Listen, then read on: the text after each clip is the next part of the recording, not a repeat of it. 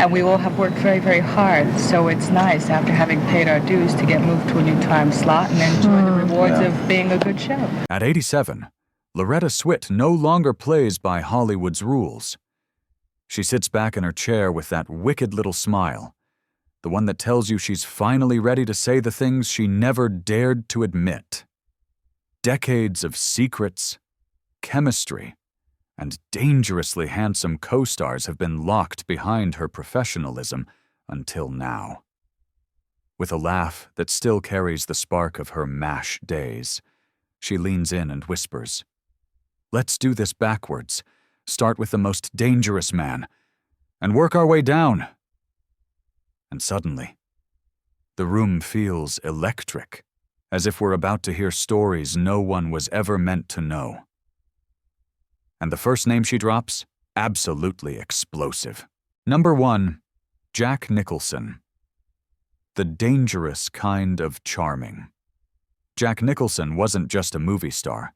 He was a gravitational force, the kind of man who didn't walk into a room so much as tilt the entire atmosphere in his direction. Loretta remembers the first time she met him with a laugh sharp enough to cut through decades. Jack didn't flirt. He radiated mischief. He'd show up wearing sunglasses indoors, grin like he held 12 secrets and was willing to share none. And suddenly the air felt thicker, warmer, charged. You didn't talk to Jack. You reacted to him. Loretta recalls trying to have a normal conversation, something about a film they were both supporting at an event. But every time Jack smiled, she completely forgot what she was saying. That smile wasn't accidental. It was a weapon. He had that electric unpredictability, the sense that he could say anything, do anything, and somehow make it the most interesting choice in the room. People call charisma mysterious. But Jack's wasn't. It was loud, proud, wicked, and irresistible, Loretta says.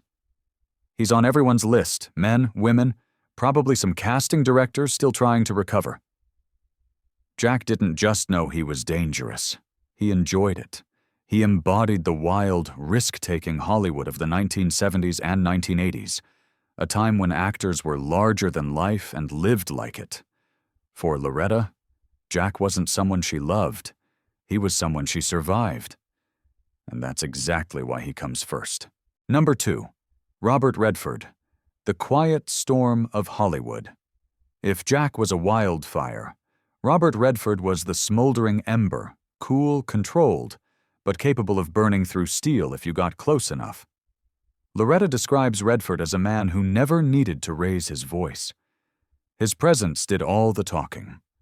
The golden hair, the thoughtful gaze, the slight curl of a slow, deliberate smile. Women didn't fall for Redford instantly. They melted gradually.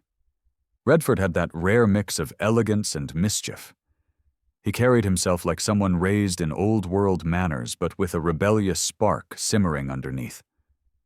Loretta remembers meeting him at industry dinners. Calm, curious, polite, but with a glint in his eye that made her wonder whether he was holding back a joke or a confession. He listened, really listened, and that alone was dangerous. Most actors wait for their turn to speak. Redford waited to understand. A gesture, a tilt of the head, a warm look. He made you feel like the only person in the room. Loretta laughs when she says, "That slow grin, one second you're talking about charity work, the next you forget what planet you're on." Redford was magnetic without ever trying. That was the problem. Effortless charm leaves no defense. If Jack was the fire you ran toward, Redford was the ocean you willingly drowned in.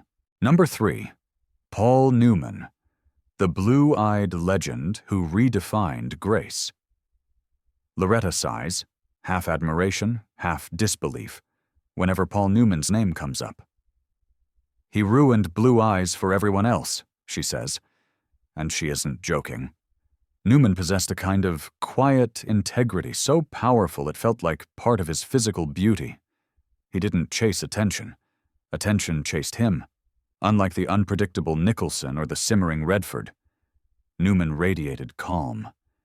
He could walk into a crowded ballroom and somehow make the temperature drop into a perfect, refreshing stillness. Loretta remembers the exact moment she met him, a charity gala where everyone was pretending not to stare. But when Newman entered, the entire room straightened their posture as if elegance itself had arrived. He wasn't loud, but his presence was unmistakable. His handshake was warm, his tone was gentle, his humor was subtle but disarmingly sharp. Loretta recalls that Newman had the unique ability to make anyone, actors, directors, strangers, feel seen and respected.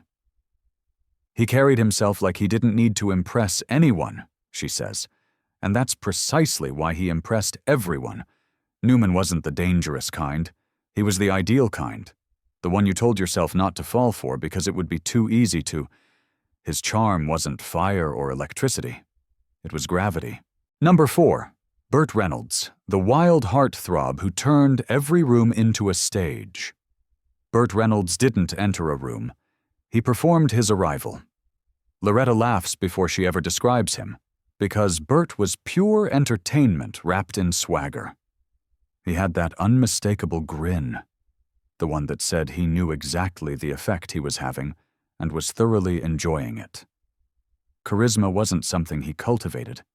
It poured out of him effortlessly, like a man who lived on a permanent high of confidence and humor. Loretta remembers his ability to make any moment, an interview, a dinner, a backstage wait, feel like a scene from a comedy he was directing on the fly. He told stories with his entire body. His eyebrows danced, his shoulders shrugged, his laugh rolled across a room like applause. Before long, everyone in his orbit was laughing, even those who didn't know the joke. Burt was outrageous, bold, fun, and yet somehow always charming instead of obnoxious. Loretta says, Burt had that rare gift. He reminded us not to take ourselves too seriously. He was the kind of man who could make you forget your troubles, but also forget your professionalism. And yes, Loretta admits he made her heartbeat skip more than once. Burt wasn't the deepest or the calmest, but he was the spark that made life brighter for everyone around him. Number 5. Donald Sutherland, the intellectual danger. No one warns you about Donald Sutherland was not a flirt in the traditional sense. He didn't need to be. His presence did all the seducing. Tall, enigmatic, with a voice that dripped slow and deliberate like honey over gravel. He made silence feel intimate. Loretta says that you didn't just notice Donald, you felt him.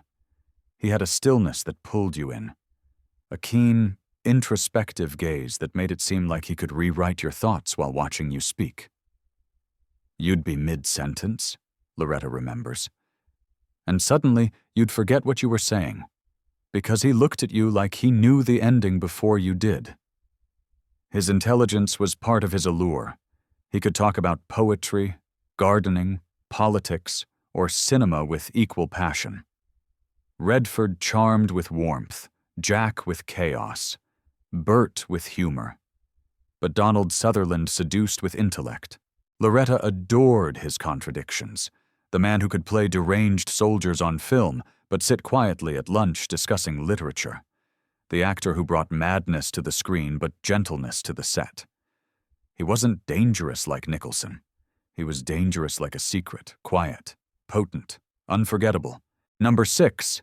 Alan Alda, the safe place that still sparked fire. Ending the list with Alan Alda isn't a demotion, it's a revelation. Because if the other men stirred chaos, Alan brought balance. He was charm without manipulation, intelligence without arrogance, humor without cruelty. Loretta describes him as the only man who could make me forget a line just by raising an eyebrow. 11 years on MASH created a rhythm between them that couldn't be faked. They shared timing, instinct, unspoken trust, a duet of chemistry that came from mutual respect, not ego. Alda didn't overwhelm her. He uplifted her. Loretta says that acting with Alan felt like being caught by someone who always knew how to catch you. And that's its own kind of danger. The danger of comfort, of connection, of two minds dancing, always in step. If Nicholson was wildfire, Redford was smolder, Newman was grace, Reynolds was laughter, and Sutherland was intellect. Alda was home, and sometimes the safest place is where the heart lingers longest. In the end, Loretta Swit's list isn't really about desire. It's about the men who shaped the rhythm of her life in Hollywood. Each one left an imprint. Jack with his intoxicating unpredictability, Redford with his quiet mastery, Newman with his grace, Reynolds with his joy, Sutherland with his intellect, and Alda with his warmth. 6 men, 6 different shades of charm, 6 reminders that even the most professional of actors are still human beneath the lights. At 87, Loretta doesn't blush at the memories. She celebrates them. These weren't scandals waiting to happen. They were fleeting sparks, moments of chemistry and connection that made the long days brighter and the hard days easier. She never crossed a line, but she acknowledges the thrill of almost crossing one. That's what makes her confession so deeply human. Looking back, she realizes the truth. Desire isn't always about romance. Sometimes it's about admiration, respect, or the way someone makes you feel alive in a moment you didn't expect. And as she leans back with that wicked smile, Loretta whispers the kind of line only a woman who's lived boldly can deliver. I wouldn't change a thing, not even the temptations.